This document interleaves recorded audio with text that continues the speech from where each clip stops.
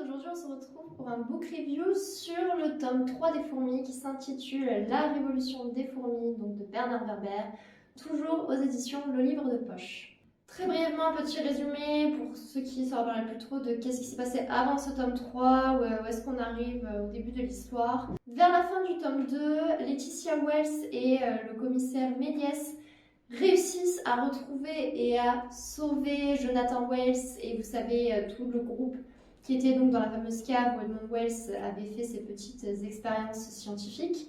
Donc ceux-ci sont sauvés, même si bon, clairement, ils préféraient être encore en mode secte dans leur cave enfermée. Et puis on a un début de coopération qui se met en place puisque donc 103e, la fameuse fourmi, la guerrière, est entrée en contact donc avec Laetitia Wells, mais également des autres personnages qu'on a rencontrés, Arthur et sa femme, dont j'ai oublié le nom, il me semble que c'est Juliette, qui est d'ailleurs, ce couple-là avait créé des fourmis robots. Et donc, 103e a quitté ce groupe d'humains pour essayer justement de rejoindre ses congénères pour leur expliquer qu'il faut à tout prix justement coopérer avec les doigts. Quant aux humains eux-mêmes, ils sont entrés en contact avec l'un des ministres du gouvernement qui, celui-ci ensuite, a essayé de convaincre le président justement d'avoir comme un peu une ambassade des fourmis, de vraiment entrer en lien avec elle, de coopérer. Bien sûr, le président s'est moqué de son ministre et a dit non, en fait, juste non. Donc quand le tome 3 commence, on se dit là ça va être le moment de la coopération, ou en tout cas on va essayer de créer une coopération entre les fourmis et les doigts. Et en fait, dans ce tome 3, comme les tomes précédents, en tout cas pendant un long moment, on ne voit pas les personnages précédents, c'est-à-dire qu'on se retrouve avec des nouveaux personnages, du moins du côté des humains, où là, on va suivre notamment Julie, qui va être un peu le personnage principal dans ce tome 3, qui est une jeune lycéenne de 19 ans qui n'arrête pas de rater son baccalauréat et qui donc là va retenter de le passer. Disons que sa vie va être un peu chamboulée le jour où, par hasard, par inadvertance, elle va découvrir le tome 3 de l'encyclopédie du savoir relatif et absolu justement d'Edmund Wells. Parallèlement, bien sûr, on a toujours des extraits de cette encyclopédie-là et on suit les fourmis, notamment 103e, qui donc va avoir ce long chemin, ce long trajet pour retourner donc à Belocan pour prévenir ses congénères du danger qu'elles sont en train d'encourir et aussi pour leur parler de coopération avec les humains. Je vais pas vous raconter tout ce qui se passe, c'est quand même une brique de 700 pages, c'est du costaud, il se passe énormément de choses. Donc je vais sans plus tarder vous donner mon avis, dans un premier temps sans spoilers et ensuite avec spoilers. La partie sans spoilers va être très très brève parce que je ne peux pas donner mon avis honnêtement sans spoiler l'histoire parce que clairement, et vous verrez probablement au titre, je n'ai pas du tout aimé. C'était horrible, enfin c'était horrible. J'ai vraiment dû me forcer pour finir ce roman-là, et mais si ça me tenait qu'à moi, en réalité, j'aurais arrêté. C'est-à-dire que, en fait, le fait que ce soit la fin d'une trilogie, que j'ai déjà lu peut-être 800 ou 1000 pages, je me suis dit, ce serait du gâchis de ne pas connaître la fin de cette trilogie, après avoir passé tant d'heures à lire les tomes précédents et ce tome-là. Donc non, je vais aller jusqu'au bout, même si, sincèrement, je n'aime pas du tout. Donc c'est ce que j'ai fait. Je suis allée jusqu'au bout. La fin, bon bah de toute façon j'avais plus trop d'attentes, j'ai pas aimé, vraiment. En fait, ce que je reproche sans spoiler ce roman, c'est que déjà c'est beaucoup trop long, ça part dans tous les sens, vraiment. C'est... Je sais pas en fait ce qui s'est passé, mais autant le tome 1 était franchement bien. De toute façon, j'ai fait une vidéo dessus, hein, et pareil pour le tome 2, vous pouvez aller les voir, mais le tome 1, j'avais vraiment beaucoup aimé. Il y avait quelque chose, l'auteur, il avait un truc. Il développait bien sur les fourmis, il nous apprenait plein de choses, c'était bien fait, on se focalisait vraiment sur les fourmis. Le tome 2 a commencé déjà un peu à partir un peu plus loin, on a commencé un peu à perdre le fil du truc. J'ai commencé déjà un peu moins à aimer. Et puis il y avait des éléments qui me dérangeaient énormément dans l'histoire. Et le tome 3, mais c'est juste, ça va crescendo, c'est encore pire. Là, je trouve qu'on part totalement, s'éloigne totalement du sujet de base. Il y a plein de choses qui n'ont ni queue ni tête que je me dis mais ça n'a aucun sens. C'est-à-dire que l'auteur, je trouve, fait beaucoup de raccourcis. Mais des raccourcis qui en fait n'ont aucune justification, qui ne font aucun sens, enfin vraiment. Je me dis, là, il fait juste ce qu'il a envie de faire, mais le problème, c'est que c'est pas logique, enfin, et même, non, ça marche pas. Voilà, c'est beaucoup trop long, 700 pages, mais en fait, 700 pages, pareil. Comme le tome 2 déjà, hein, où je m'étais plaint que c'était un peu trop long, il y a des choses, on va le faire plus court, plus bref, bah, le tome 3, c'est pareil. Et puis, le problème toujours des personnages, où clairement, les personnages humains sont détestables, mais vraiment, j'ai l'impression que pareil, par rapport aux autres tomes, c'est pire. Encore que le tome 2, je trouvais qu'il y avait une progression. Je me disais, ah là, ça y est, l'auteur quand même nous propose des personnages humains qui paraissent assez humains. Là, le tome 3, on a tous envie de les taper, vraiment de les. Je ne les supportais pas en fait. Et dès que j'avais des passages sur les humains, j'étais là en mode, et c'est parti, au secours. En plus, les passages des humains sont très longs, je sais pas pourquoi. Autant dans le tome 1, ça m'allait parce que les passages avec les humains étaient très courts, donc au final, ça faisait, comment dire, ça dérangeait pas trop, ou en tout cas pas trop longtemps. Mais dans le tome 3, limite les passages avec les humains en fait sont beaucoup plus longs que les passages avec les fourmis, et c'était horrible en fait, j'en pouvais plus. Et puis il y a ce truc là qui m'a dérangée, c'est le côté un peu sectaire que je trouvais déjà dans les tomes précédents. Autant dans le tome 1, ça m'a pas trop dérangé, mais je l'ai quand même bien senti, le côté vivons en communauté, mais un peu bizarre, un peu sectaire. Dans le tome 2, on était en plein dedans, moi j'ai pas du tout aimé. Et là, dans ce tome 3, c'est tout décuplé en puissance 10 000 et j'ai vraiment pas accroché. Et je me demande si c'est fait exprès, dans le sens si l'auteur, en fait, lui-même essaie de nous proposer une vision un peu comme ça. Même l'encyclopédie elle-même, je trouve qu'il y avait un aspect politique qui était de plus en plus fort en fait. C'est pour ça d'ailleurs que maintenant je me rends compte par rapport à la vidéo sur le tome 2, si vous l'avez vu, où je vous disais que l'encyclopédie m'intéressait moins, que je trouvais ça redondant. C'était aussi parce qu'en fait, je me rends compte maintenant, il y avait déjà cet aspect politique qui ressortait beaucoup plus que dans le tome 1. Et vraiment en fait je me dis, au fur et à mesure des tomes, il y a une ligne conductrice qui se dévie totalement et j'aime pas du tout en fait la direction que ça prend. Et j'ai vraiment pas du tout aimé les messages un peu cachés, mais en même temps très évidents, en mode ah, vivons en communauté, mais des trucs un peu bizarres, un peu pseudo-révolutionnaires. D'ailleurs, au final, chaque tome en fait peut se lire séparément les uns des autres. Et franchement, le tome 3, alors là, mais peut largement se lire séparément du reste. Déjà, vous pouvez lire le tome 3 sans avoir lu le tome 1 et 2.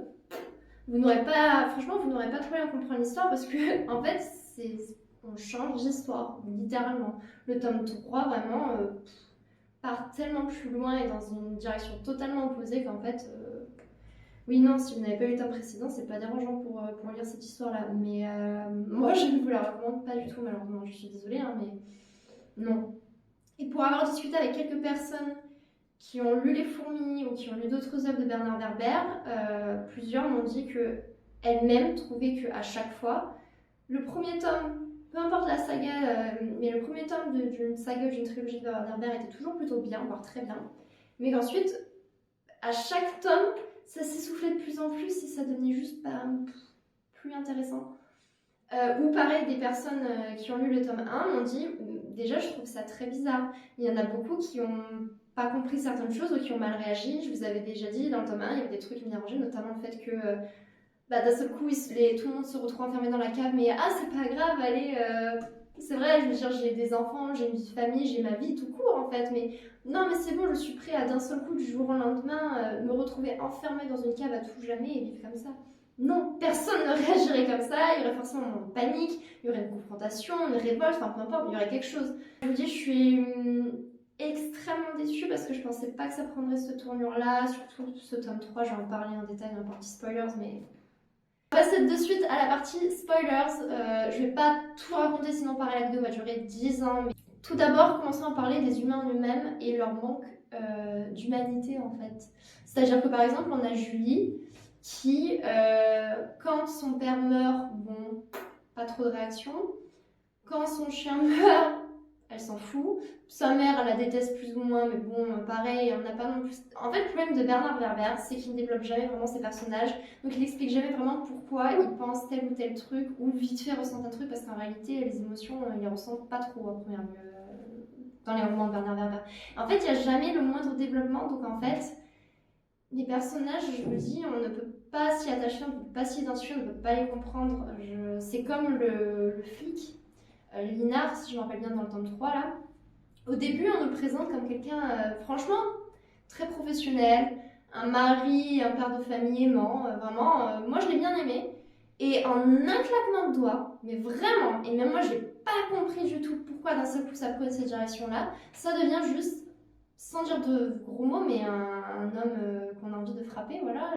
Mais on ne sait pas pourquoi d'un seul coup, en fait, il passe du flic professionnel, homme et père aimant, compréhensif, tout ce que vous voulez, empathique, à un homme irresponsable, dangereux, irrationnel, colérique, qui déteste tout le monde, y compris sa famille. J'ai pas compris. La révolution donc des humains de Julie et de sa bande, pareil, ça n'a ni queue ni tête. Ils font un premier concert, bon, ça cartonne. Du coup, d'un seul coup, ils ont des milliers de personnes qui veulent les voir. Ils font un deuxième concert, et dès le deuxième concert, ils lancent leur révolution. Et littéralement 500-800 personnes les suivent. Ils s'accaparent le lycée, donc voilà, illégalement, ils vivent dans le lycée, etc. Ils arrivent bien sûr à empêcher toute une armée de CRS, etc. à entrer dans l'établissement, à les dégager et tout. Et puis voilà, en 2 jours, ils lancent une filière, ils ont leur SARL, et ils ont des trucs économiques, ils ont leur branche de mode, ils ont leur branche de ci, leur branche de ça. En 2 jours, des gamins, des jeunes adultes, puisqu'ils ont à peu près 18 ans en gros, développent des trucs de malades alors qu'ils n'ont pas forcément vraiment les vraies compétences. Je veux dire, ça reste quand même des jeunes adultes. Alors ok, on a Francine qui est une geek qui joue énormément aux jeux vidéo, mais est-ce que parce que tu es une geek, que tu joues énormément aux jeux vidéo, que tu fais un peu de codage, ça veut dire que d'un seul coup tu arrives à créer ce qui s'appelle l'Infraworld, qui est en fait une simulation en gros d'une population humaine, ou dans laquelle donc voilà, on voit une population humaine qui vit sa vie, et tu choisis de mettre tel ou tel élément et tu vois comment ça se passe, etc. Enfin, mais pousser en plus, je vous dis, les intelligences artificielles, ça n'a aucun sens. En 5 jours, ils ont déjà créé, développé des trucs, mais qui ne se font même pas en 5 jours, même dans la vraie vie, si des gens compétents, professionnels voulaient le faire en fait. Se bagarre contre des CRS, les CRS, je veux dire, sont des hommes entraînés à se battre. Et ben ils battent les CRS, les ados.